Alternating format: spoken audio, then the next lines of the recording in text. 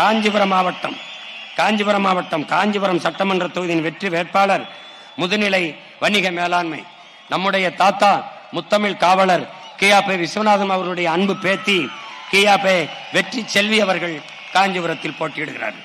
காஞ்சிபுரம் மாவட்டம் உத்திரமேரூர் சட்டமன்ற தொகுதியின் வெற்றி வேட்பாளர் சூழியல் பாசறையினுடைய தலைவர் நம்முடைய ஐயா உத்திரமேரூர் தொகுதியிலே போட்டியிடுகிறார் மரம் மாசலாமணி அவர்கள்.